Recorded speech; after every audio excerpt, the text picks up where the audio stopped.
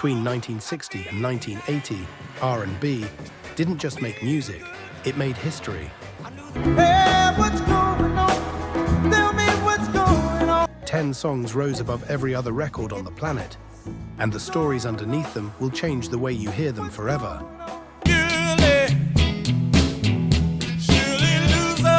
These are the 10 most played, most loved, most copied songs to come out of R&B's golden era.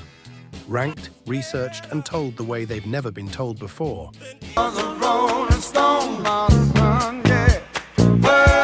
This is R&B PulseTrack, where the music never lies, and neither do we. If this is your first time here, you will love what I'm building here if you miss when R&B had real stories. Number 10, Knock on Wood. Eddie Floyd, 1966.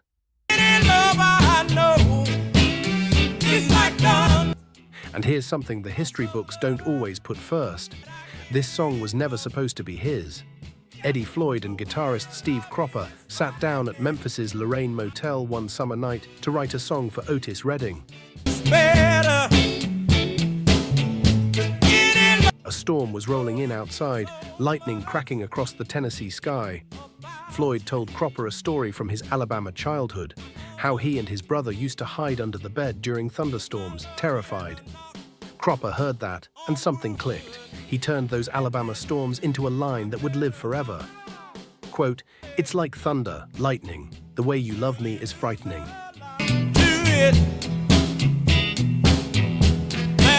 The song came together in one night.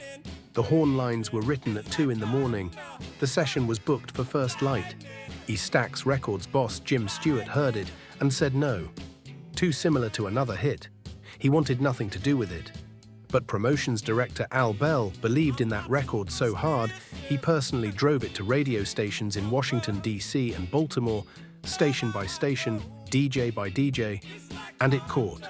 It's like thunder. By November 1966, Knock on Wood was #1 on the R&B chart, a gold record, covered by over 100 artists from David Bowie to Count Basie. Isaac Hayes, yes, that Isaac Hayes, wrote the bridge on that track right there in the studio, and the room where it was all conceived, the Lorraine Motel, that same building where Dr. Martin Luther King Jr. would be assassinated just 2 years later.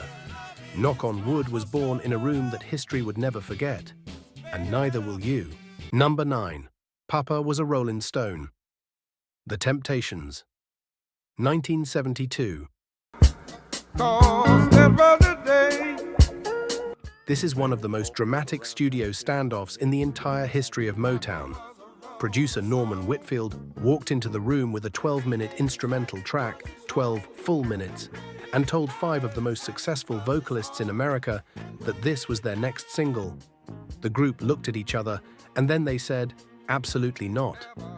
Whitfield had already tried the song with another group, The Undisputed Truth, and it only reached number 63. The Temptations knew that. They were tired of Whitfield's psychedelic experiments.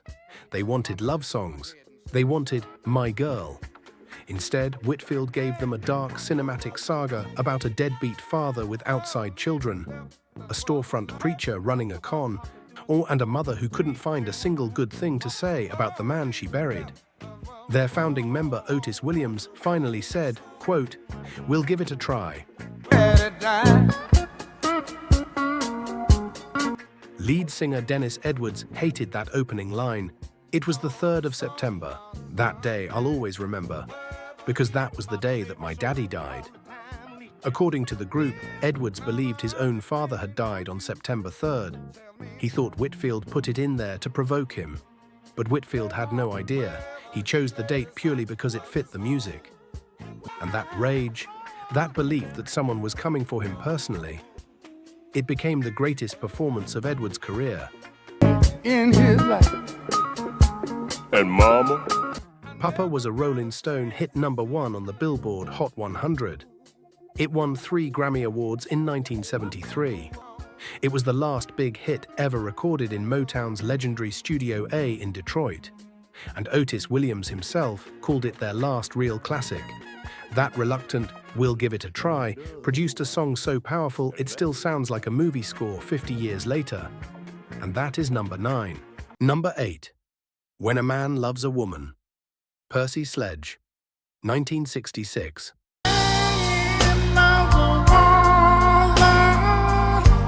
This one hits differently when you know the truth behind it.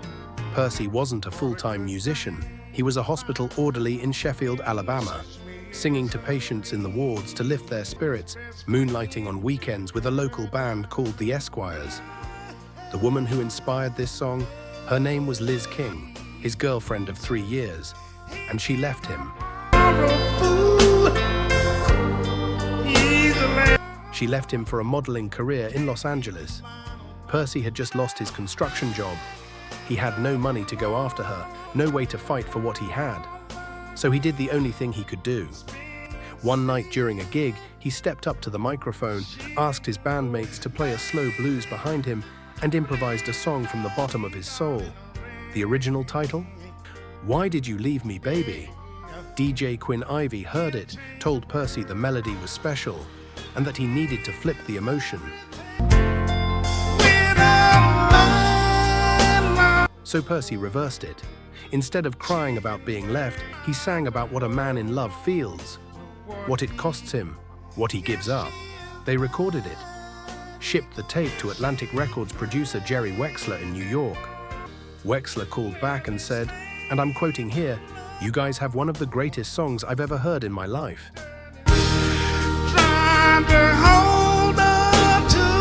But there was a problem. Percy and the horns were both out of tune on the original take. Wexler told them to recut it. They did. And then they released the original off-key version anyway. Nobody cared. When a Man Loves a Woman went to number 1 on both the R&B chart and the Hot 100 in 1966. It became the first gold-certified single in Atlantic Records history.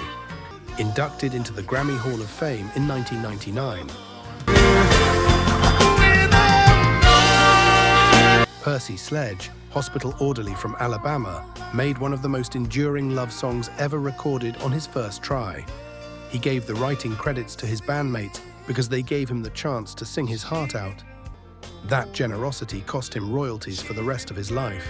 Number 7. Superstition. Stevie Wonder, 1972. Very superstitious. Here is a fact that will stop you cold. Superstition was never meant for Stevie Wonder. He wrote it for someone else. Jeff Beck, one of the greatest rock guitarists who ever lived, had been brought in to play on Stevie's album Talking Book. The deal was simple. Jeff plays on the record. Stevie writes him a song in return. Fair exchange. Gentleman's agreement. Very superstitious. One day, Beck was sitting alone at the drum kit in the studio, just messing around because no one was watching. He locked into a simple shuffle groove. Stevie Wonder walked back in and said, quote, "Don't stop." Beck protested he couldn't play drums, but Stevie kept urging him on. And right there, improvising over Jeff Beck's drum pattern, Stevie Wonder conjured the riff that became Superstition. Beck later said, "He gave me the riff of the century." It was supposed to be Beck's to release first. When you believe in things that you But Beck's group kept delaying their album. And when Berry Gordy, head of Motown, heard that riff, he went directly to Stevie and said, "This does not go to Jeff Beck. This is your single." Stevie later said, quote, "I told Motown, listen, I did this for Jeff Beck. He likes the song." Gordy wouldn't move. Stevie's version came out months before Beck's. By the time Beck released his take, Wonder's version was already at number 1. Jeff Beck felt shortchanged and said so publicly. Superstition hit number 1 on the Hot 100 in January 1973. It won Stevie 2 Grammy Awards.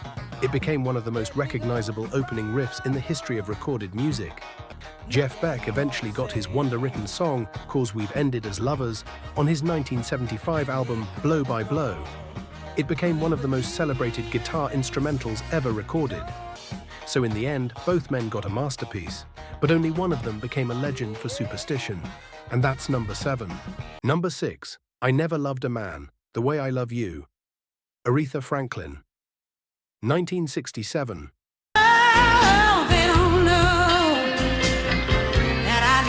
If this entry doesn't break your heart a little, nothing will. Aretha had been signed to Columbia Records for 9 years. 9 years.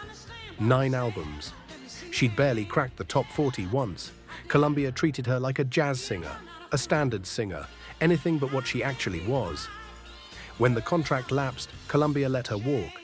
Atlantic Records producer Jerry Wexler picked her up immediately and made her one promise: sit at the piano and sing. Wexler took her to Fame Studios in Muscle Shoals, Alabama, a swamp town studio that was quietly producing some of the most soulful music on earth. The moment Aretha touched those piano keys, the professional session pianist stepped back. He gave her the bench. Because what came out of that woman from the very first chord was something no one in that room had ever felt before. In one day, one recording session, they had what would become her breakthrough single. And then the session exploded. Her husband and manager Ted White got into a violent confrontation with the studio owner and a horn player. The police were involved. Jerry Wexler grabbed everything he had and fled the state. He had 1.5 songs, an A-side and an unfinished B-side. He spent 10 nervous days avoiding phone calls from radio stations who were already playing it, but couldn't release it without a full single. Aretha finally called him. She agreed to finish in New York.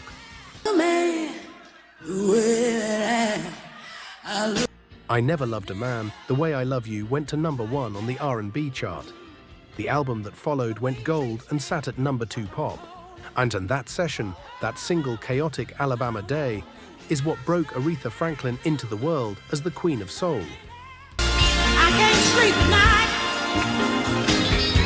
That same fractured session also inspired Jerry Wexler to convince Fame's rhythm section to leave and start their own rival studio.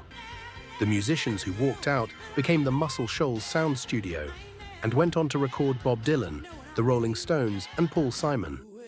One fight, an empire of sound was born. Number 5, Respect.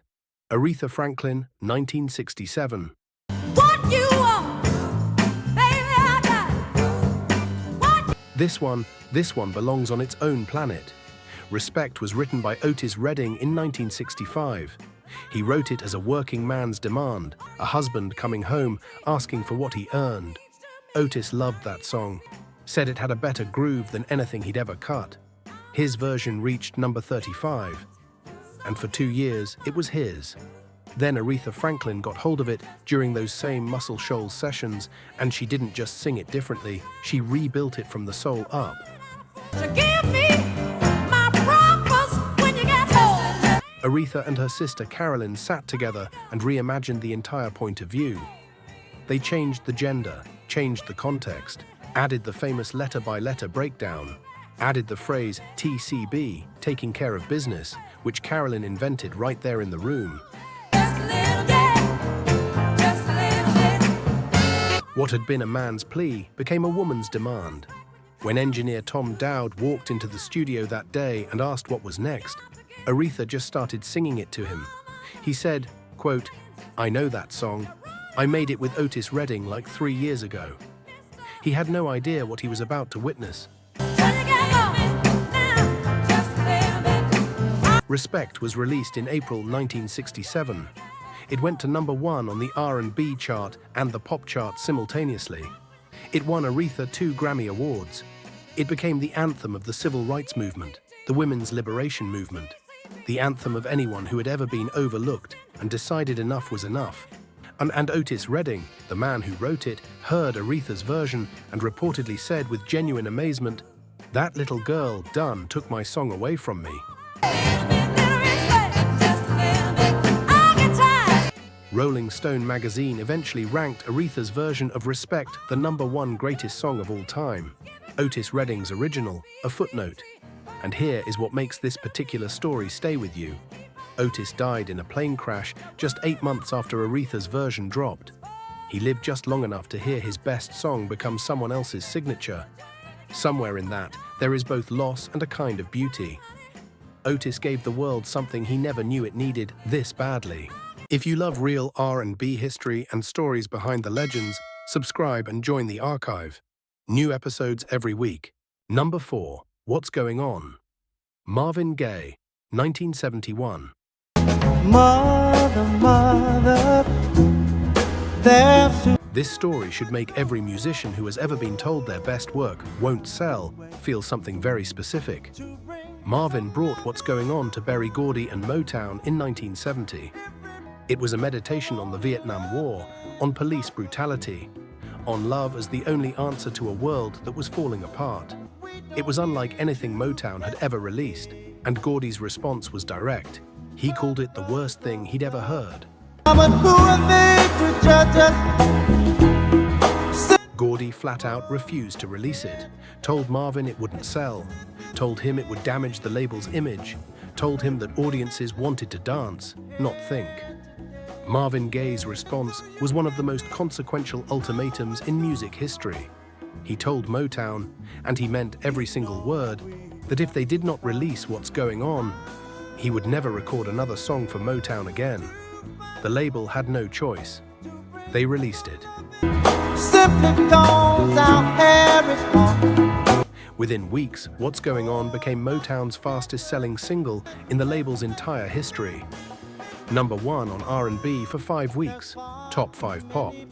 The album that followed was eventually named the greatest album of all time by Rolling Stone magazine. And the man who made it, who fought the label at every turn, had to threaten to walk away before anyone would listen to him. Sit with that for a moment. You know we got We almost didn't get What's Going On. Think about what that means.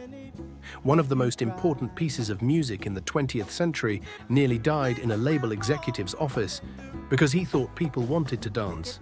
Marvin Gaye saved it through sheer refusal to be silenced. And that refusal, that willingness to risk everything for the music, is what makes this entry land at number 4 on this countdown. Number 3. Papa's Got a Brand New Bag. James Brown, 1965.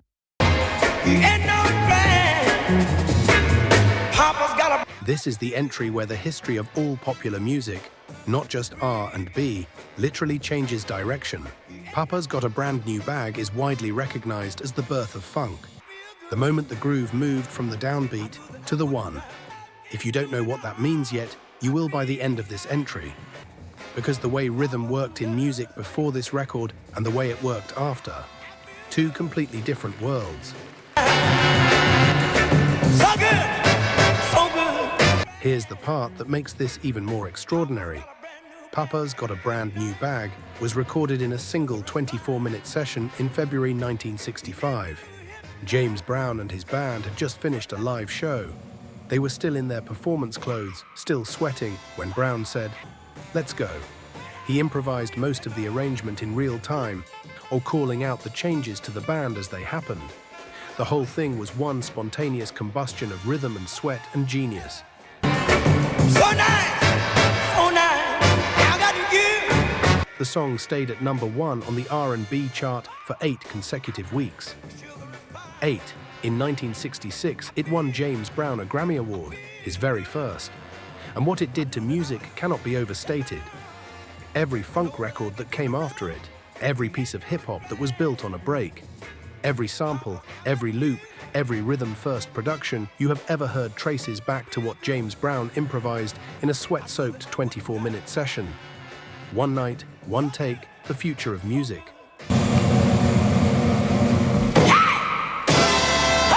James Brown would go on to be called the godfather of soul, the hardest working man in show business. And every single one of those titles begins here, with this record, this session, this refusal to go home after the show. And he came back into the studio with nothing but a groove in his body and walked out with the blueprint for an entire musical era. That is number 3. Number 2. Ain't No Sunshine. Bill Withers, 1971.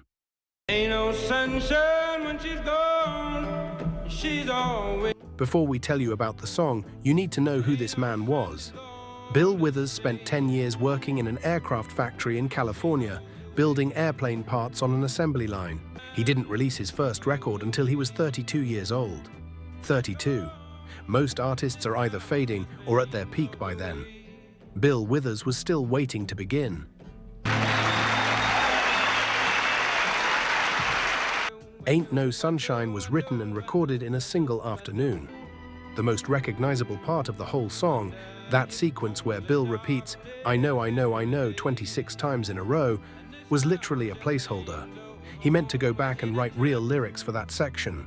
His producer, the legendary Booker T. Jones, told him to replace it. Bill Withers listened to Booker T. Jones, and then he went and kept it exactly as it was. Ain't No Sunshine went to #1 on the R&B chart. It won Bill Withers a Grammy Award for Best R&B Song in 1972. It became one of the most sampled, most covered, most felt songs in the history of the format. And yet, in 1985, at just 41 years old, Bill Withers walked away from the music industry entirely.